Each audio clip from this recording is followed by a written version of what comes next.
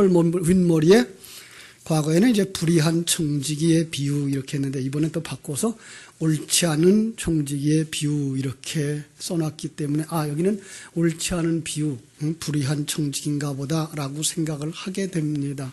그런데 이것을 펼쳐 놓으셔야 됩니다. 누가복음 15장과 16장의 5개의 이야기를 하나의 비유로 선포하고 있는 것이기 때문에 바로 5개의 비유는 하나다라는 것 가지고 들어가셔야 됩니다. 그래서 15장의 앞부분에 이렇게 말씀하고 있죠. 1절과 2절 모든 세리와 죄인들이 말씀을 들으러 가까이 나오니 바리새인들과 서기관들이 수군거려 이르되 이 사람이 죄인을 영접하고 음식을 같이 먹는다 하더라. 그러니까 예수님께서 3절 그들에게 이 비유로 말씀하시되, 여기에 이 비유가 단수입니다.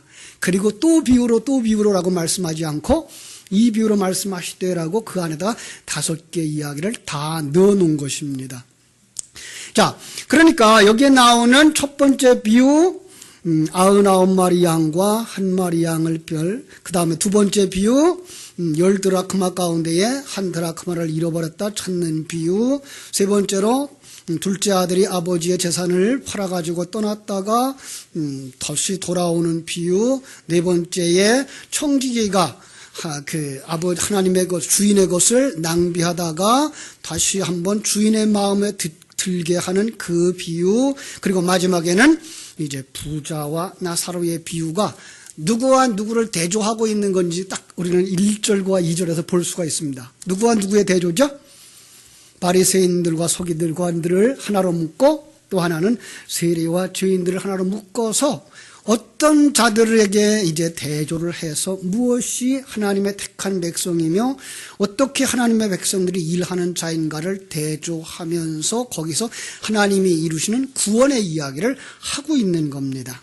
조금 좀 이제 어려울 텐데요. 그래서 오늘은 아주 간략하게 개요만 말씀드리려고 합니다. 자, 16장 거기에 어떤 부자가 있습니다. 그죠? 주인이죠?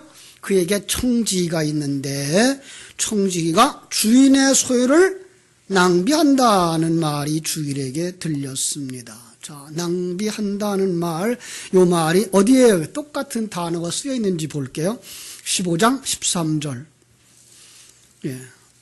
그 며칠이 안 되어 둘째 아들이 재물을 다 모아가지고 먼 나라에 가 거기서 호랑방탕하여 그 재산을 낭비하더니. 그러니까 지금 주인이 그 청지기로 데리고 있는 그 청지기와 아버지의 품을 떠난 탕자를 똑같은 지금 반열에 놓고 그들이 지금 낭비하고 있다라는 말을 쓰고 있는 겁니다. 그죠? 그런데 우리는 잘 아는 비유죠. 탕자의 비유는. 자, 탕자는 누구를 상징하죠? 타락한 인간이죠. 그죠? 타락한 인간 중에 하나님의 택함을 받은 백성, 그가 이 세상에 내려올 때 성경은 그것을 타락했다고 말하고 그 자체가 하나님의 영광을 가리우는 자, 그걸 갖다가 아버지의 것을 낭비했다라고 말하는 것입니다.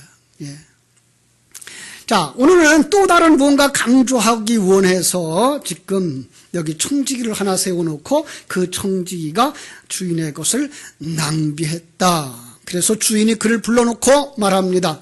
어찌된 일인가? 내가 이런 소리를 듣는데 이제 기간을 두고서 자네 이제 그만하게. 어느 기간을 두고 그 파면을 결정합니다. 자, 어떤 기간을 왜 둔다고 말을 할까요? 그 청지기가 지금 계속해서 그날 이후에도 어떤 일을 하고 있죠. 그래서 그 기간을 두고 이제 그를 보는 거죠. 자, 그랬더니 이 청지기가 시름에 잠겼습니다. 깊은 시름에 잠겨서 이거 어떡하나? 이제 직무를 못 보게 된다 그러면 땅을 파자니 힘이 없고 빌어먹자니 부끄럽구나, 이런 얘기로 이제 표현을 했습니다만 그가 정말 깊은 시름에 잠깁니다. 그리고 주인이 자기에게 청지기의 일을 맡긴 것이 무엇이었나를 묵상하게 됩니다. 여러분, 이것을 세상의 고용주와 그 일꾼으로 보고 해석하면 이것도 세상 얘기밖에 나오지 않습니다. 지금 누가복음 15장 16장에서 무슨 얘기를 하고 있는 거라고요? 하나님의 백성의 구원에 관한 얘기를 하는 거라고요. 한 걸음 뒤로 물러서서 주인이 그럼 누구예요? 하나님이신 거죠. 네. 그리고 인간을 지어놓고 그 인간에게 요구하는 것이 무엇이었을까요? 하나님은 여러분과 나를 창조해놓고 여러분과 나에게 요구하는 게 뭐예요? 하나님의 영광을 드러내기를 원하는 거죠. 그렇죠? 이사야서 43장 7절에 보면 내 이름으로 불려지는 모든 자 곧 내가 내 영광을 위하여 창조한 자를 오게 하라. 내가 그를 지었고 그를 내가 만들었느니라. 이렇게 말씀하죠. 하나님의 영광을 위해 창조한 자. 그런데 하나님의 영광을 위하여 주신 모든 것들을 하나님의 영광을 위하여 사용하지 못하고 자기의 영광을 위하여 사용하는 것, 그것을 하나님의 것을 낭비했다, 허비했다라고 말하는 것입니다. 이제 머지않아 심판이 오고 지옥의 형벌이 주어질 걸 생각하는 이 청지기가 고심하기 시작합니다. 자기 인생을 돌아다 보면서 그 자기에게 주어진 하나님의 사명이 무엇이었나, 그리고 주인의 뜻이 무엇이었는가를 고심하는 그 과정 속에 하나님의 은혜가 임합니다. 그것이 바로 그의 친구가 찾아오는 것입니다. 오늘 여기는 친구가 늦게 나타납니다만은 먼저 우리는 그 친구가 찾아오는 걸 알 수가 있는데요. 자, 친구가 누굽니까? 성경 속 친구. 요한복음 15장 13절에 보면 사람이 친구를 위하여 자기 목숨을 버리면 이보다 더 큰 사랑이 없나니 라는 말. 그래서 친구는 어떤 거예요? 친구를 위하여 무엇까지 버릴 수 있는 사람? 목숨까지 버릴 수 있는 사람. 우리는 그걸 할 수 있다 없다? 우리는 할 수 없어요. 오직 한 분만 우리를 위하여서 생명을 바쳐주셨어요. 그렇죠? 요한복음 15장 15절에 보면 또 이런 말씀이 있어요. 이제부터는 너희를 종이라 하지 아니하리니 종은 주인이 하는 것을 알지 못함이라. 너희를 친구라 하였노니 내가 내 아버지께 들은 것을 다 너희에게 알게 하리라. 예, 친구는 뭐예요? 비밀이 없는 사이. 자기 남편, 자기 아내를 제외하고는 다 나누어 줄 수 있는 사람. 예. 그럼 자기가 알고 있는 모든 비밀을 다 전해줄 수 있는 그렇게 가까운 관계를 성경은 그걸 친구라고 말하는 거죠. 그래서 창세기 18장 17절에 이런 말씀이 생각나죠. 여호와께서 이르시되 내가 하려는 것을 아브라함에게 숨기겠느냐? 아브라함은 강대한 나라가 되고 천하 만민은 그런 말미암아 복을 받게 될 것이 아니냐? 그래놓고는 소돔과 고모라의 멸망의 소식을 그에게 다 가르쳐주죠. 이게 친구입니다. 우리를 위해 친히 자기 목숨을 버리신 예수 그리스도가 우리의 친구가 되어서 하늘의 비밀을 이 청지기에게 다 가르쳐 준 겁니다. 그랬을 때에 오늘 우리가 본문으로 읽은 첫 번째 구절 4절, 내가 할 일을 알았다, 이렇게 되는 겁니다. 예. 자, 여기서 우리는 생각해 볼 겁니다. 그럼 하나님의 백성이 할 일이 무엇입니까? 이 땅에서 자기가 불의한 자인 줄 알고 다시 한번 하나님의 뜻을 따라 이게 해야 될 일이 무엇인가를 알았다 그랬는데 그 일이 무엇일까요? 요한복음 6장 28절로 29절에 가보면 그들이 묻습니다. 우리가 어떻게 하여야 하나님의 일을 하오리까? 그랬더니 예수님 어떻게 대답합니까? 하나님께서 보내신 일을 믿는 것이 하나님의 일이니라. 그럼 이때 이 친구가 야, 내가 할 일을 깨달았도다 라고 한 것은 뭐예요? 내가 의지할 자가 누군지 알았다는 거죠. 예. 그리고 지금 내게 친구에게 나에게 다 가르쳐준 그것을 따라 사는 것이 무엇인지 알았다는 이야기죠. 그렇습니다. 하나님이 보내신 일을 믿는 것이라고 말했는데 바로 예수가 담고 온 그 진리를 깨달아 진리로 믿고 그 삶을 사는 것, 그걸 갖다가 그를 믿는다라고 말하는 것입니다. 그렇습니다. 우리는 입술로 쉽게 얘기합니다. 나는 예수님을 믿습니다. 나는 하나님을 믿습니다. 그런데 그 믿음이 뭔지를 모릅니다. 바로 예수 그리스도 안에 담아주신 그 진리를 우리가 받아들이고 그 진리대로 살고 있는 자신을 발견하고 거기에 자기 삶을 맡기는 사람, 그가 그를 믿는 삶을 사는 것입니다. 그렇습니다. 사실은 그 진리이신 하나님이 내 안에 들어오면 그분이 내 안에서 삶을 살아내는 것입니다. 그것이 갈라디아서 2장 20절이 말하는 것이기도 합니다. 그래서 그분으로 내 안에서 그 삶을 살게 해는 것, 그것이 바로 믿는다라는 것입니다. 그 믿는 삶을 살았더니 어떻게 됩니까? 자, 5절부터 이제 그 행위가 나오죠. 5절부터 그는 어떤 일을 하는가 가만히 보세요. 주인에게 빚진 자들을 일일이 불러다가 먼저 온 자에게 물습니다. 내가 주인에게 얼마나 빚졌니? 그리고 탕감해 주기 시작합니다. 자, 여러분, 이거 세상의 이 일로 말하면 아까 주인의 것을 낭비했다고 하는 것이나 빚진 걸 탕감해 주는 것이나 세상의 눈으로 보면 똑같이 나쁜 짓이죠. 그죠? 그런데 주인은 놀랍게도 뭐라 그러죠? 청지기가 옳은 일을 하는구나 이럽니다. 야, 여기에 이제 비밀이 숨어 있는 것입니다. 그들이 진 빚이 무엇일까요? 그냥 성경에 문자적으로 있는 밀이나 기름으로 보지 마시고 어떤 것들이라고요? 바로 죄입니다. 하나님 떠난 죄. 세상의 그 밀 그렇게 보지 마시고 생명의 양식으로 보셔도 되고요. 세상의 기름 그렇게 보지 마시고 성령이라고 보시면 됩니다. 그거를 빚졌다, 뭐했다? 그걸 바르게 사용하지 못하고 다 낭비하여서 빚이 되었다라는 것이죠. 그렇습니다. 하나님 떠난 것이 원죄고 그 원죄로 말미암아 빚어지는 크고 작은 많은 죄들, 이거 자범죄인 것입니다. 그렇습니다. 그래서 그 빚이라고 하는 말을 원어로 찾아보면 바로 죄입니다. 빚진 자, 한번 원어를 아시는 분들은 원어 사전을 찾아보시면 오펠레테스라는 말을 쓰는데 그게 뭔가 하면 죄인입니다. 그러니까 빚진 자 역시 죄진 자 이렇게 되어져 있는 것을 우리가 발견하게 됩니다. 자, 그래서 그들에게 또 더 어려운 말을 가르쳐 줍니다.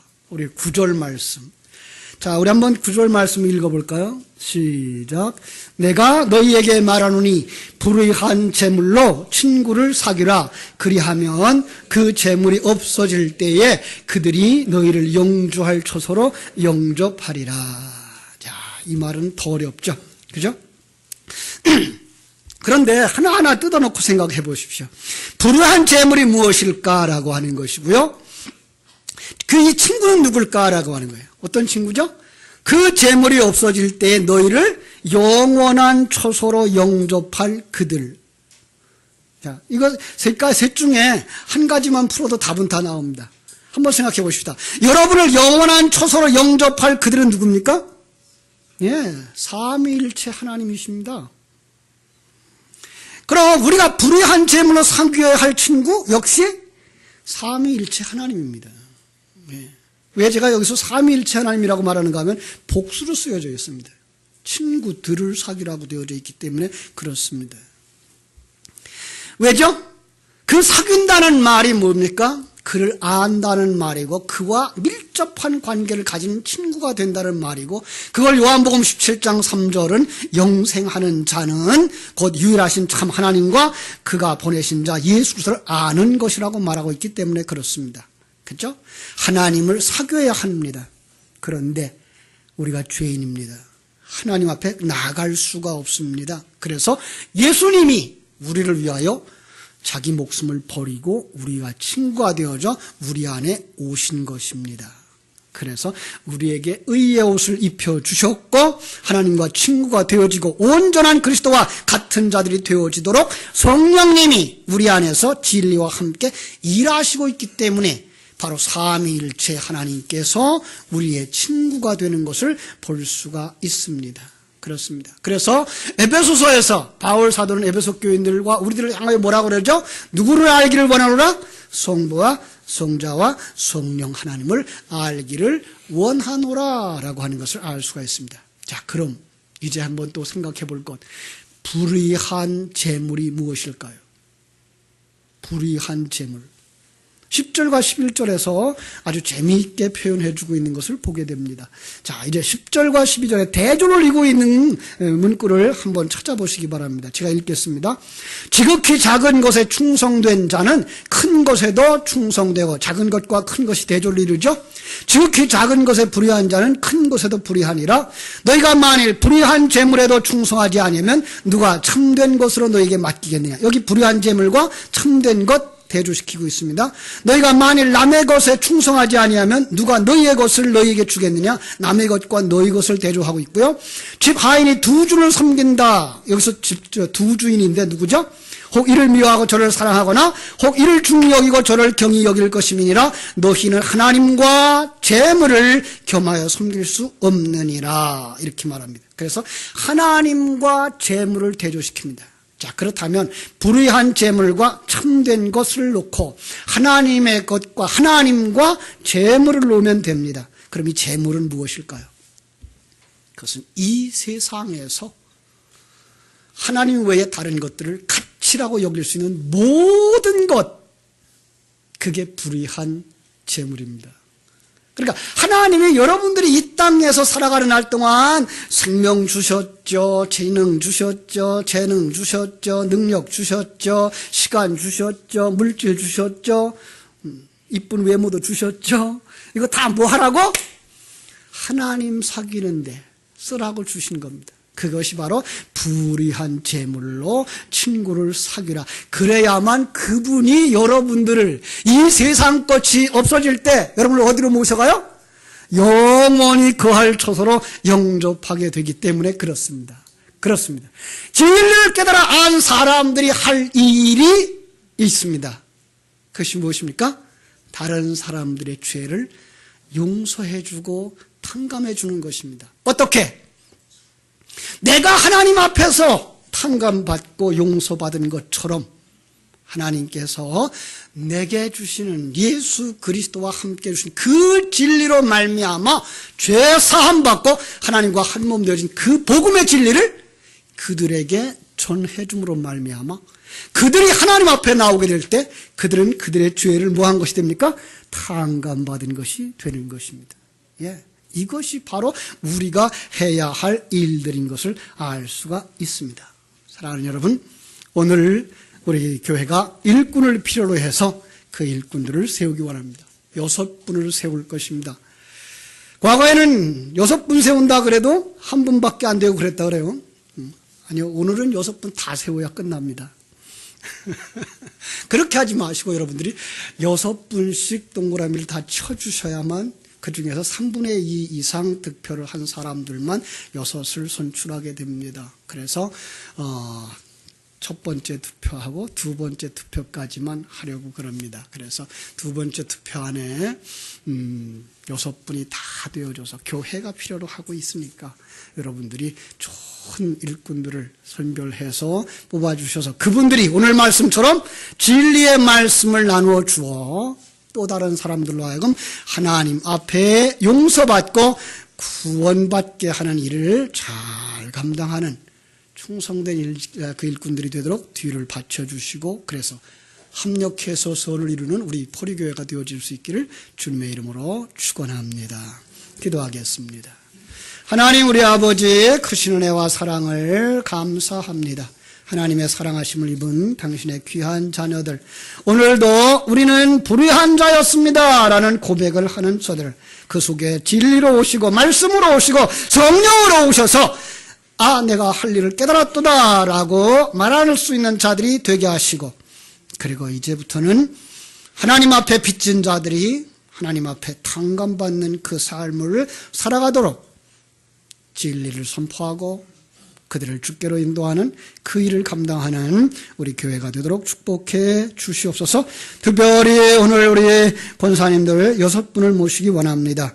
하나님께서 선택해 주신 좋은 일꾼들이 온 성들의 마음과 지원을 받아서 지지함을 받아서 정말 아름답게 자, 세움받고 함께 힘을 모아서 하나님의 교회를 반듯하게 세워나가며 온 가족이 정말 한 가족이 되어져서 권사님들을 어머니처럼 모시고 장로님들을 아버지처럼 모시면서 어머니 아버지의 지도하심과 인도하심을 받아서 건강한 교회로 성장하고 건강한 믿음의 사람들로 성장하는 교회가 되도록 축복해 주옵소서.